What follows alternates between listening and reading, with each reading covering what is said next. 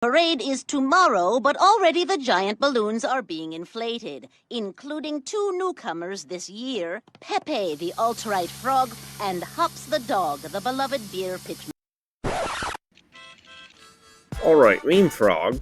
What do you mean? I mean, he looks a little weird, but he doesn't look racist or anything. Oh.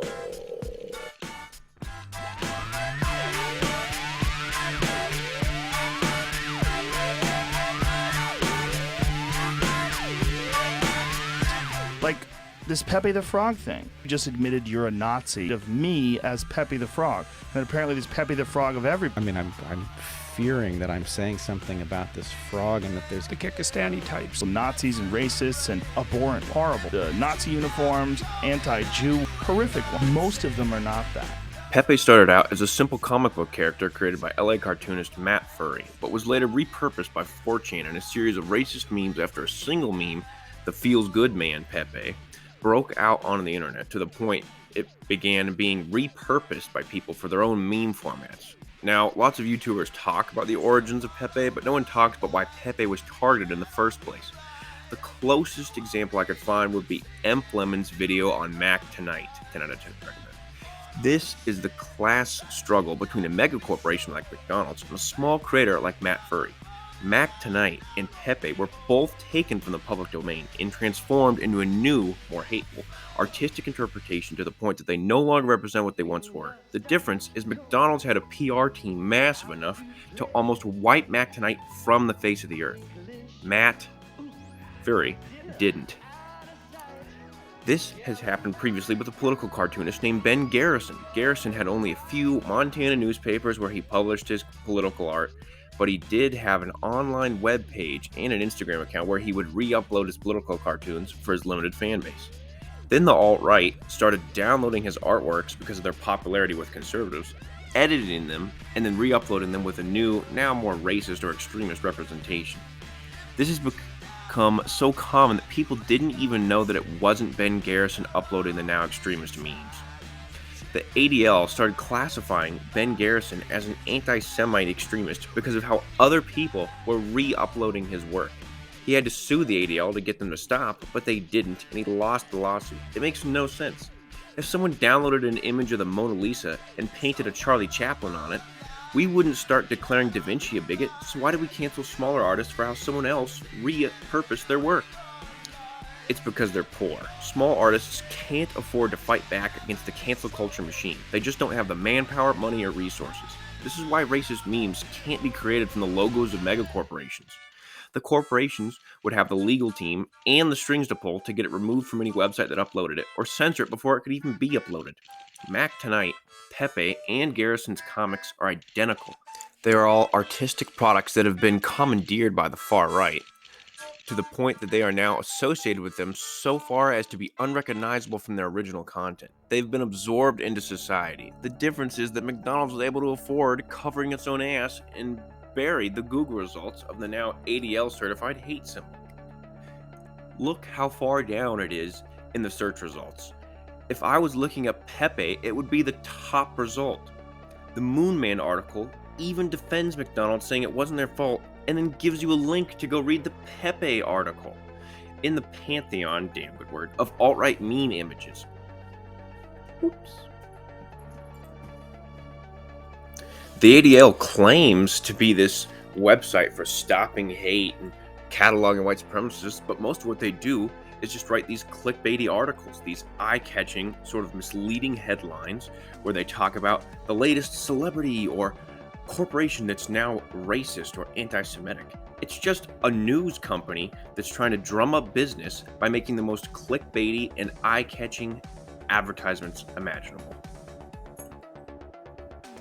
If they really did want to go after racial supremacists, maybe they should try investigating BLM or Antifa instead of comic book strips and McDonald's advertisements. The fact is, there's just not enough real racism left in the world to keep their business model alive, so they have to blow memes out of proportion in order to keep their followers coming back to them.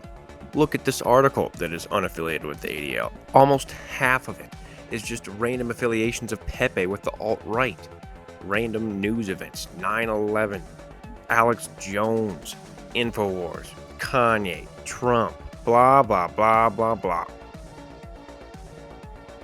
According to the political donation tracking website opensecrets.org, the ADL has only ever claimed on their tax forms a few $1,000s. Yet in 2016 and 2018, they donated $56,000, more than their entire donations for multiple years combined to anti-Trump campaigns. They're also 501(c)(3) tax exempt. So where do they get all their money? Well, they get all their money from donations through their website and their various news organizations. They also get money from the White House after they pressure the White House to disinvite guests like Ben Garrison from a cartoonist convention. We know they're getting money from Sonar because they're spending vast amounts of money. It can be seen from the ADL.org's own webpage when you go to their Work Here section that they have multiple job advertisements that pay in the six figures, like $136,000 for regional media director, work from home. All this to say that this organization actually makes a lot of money from donations that they don't really report on their taxes. So it's not really a reliable source about whether or not a frog meme is racist. It's just not accurate. The alt-right and the 4chan meme sphere in general adapt and steal all sorts of pop culture references for racist or hateful memes all the time. Why did they single out this one frog? Because it caught the mainstream media's attention? Because its artist was rather popular in LA? I mean, ADL regardless, the damage is done. Clearly we can see from just memes in general, or even Googling the word Pepe, or from that Family Guy clip at the beginning, that pop culture has now adapted and now recognizes Pepe as the alt-right hate frog, instead of the symbol it once was from the Boys Club cartoon. My question as to the ADL's motives is why Mac Tonight didn't have the same treatment, the same lashback from the Pepe incident. It's like they're roasting this poor frog for nothing more than being used by the alt-right, and the alt-right uses all sorts of different memes or symbols from pop culture.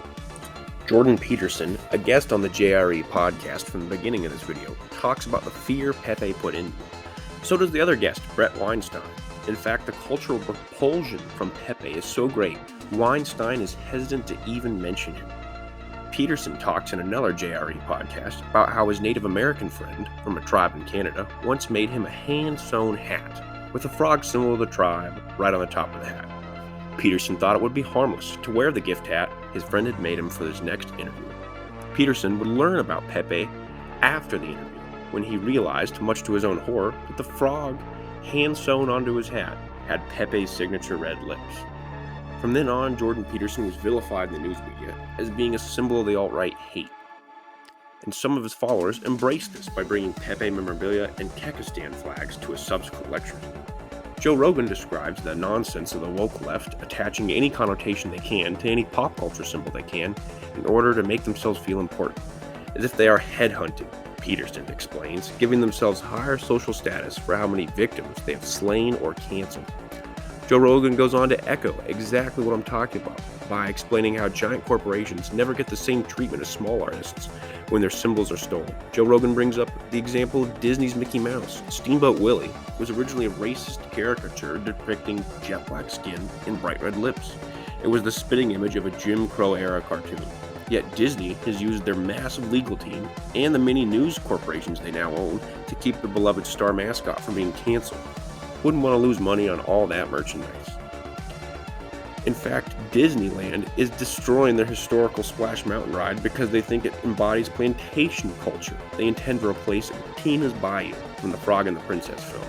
They tout it as the first ever ride dedicated only to a POC. That's right, a princess of color now has her own amusement park ride. How historical. Really breaking the glass ceiling of amusement park rides. I guess it's only fitting that our story begins with a racist frog and ends with a woman of color frog. Now, have a look at this behind me, because I'm sure you recognise the cartoon character Pepe the Frog. Well, he won't be around for much longer because his creator has decided to kill him off after the rather chilled and laid-back frog became a hate symbol hacked online by far-right groups. Well, a little earlier I spoke to Dr. Paolo Giabado, a lecturer in digital culture and society at King's College London. He explained exactly how characters like these are actually hacked. I think it's a similar story to many internet memes. They are often hijacked cultural contents that are then remixed, transformed, and used to channel very different cultural contents from the ones that they were originally meant to channel. And this is the case with Pepe the Frog. Pepe the Frog was created by Matt Fury in a comics book called Boys Club in 2005, and it was quite an innocent character. It didn't have really any political content, not a left-wing, but not a right-wing political content. It was meant as an element of fun, as a joke, but then it was appropriated during the Trump campaign by Trump supporters in order to convey this sense that, in a way, the Trump campaign was cool, that it was capturing something new in the public imagination in the US. That's what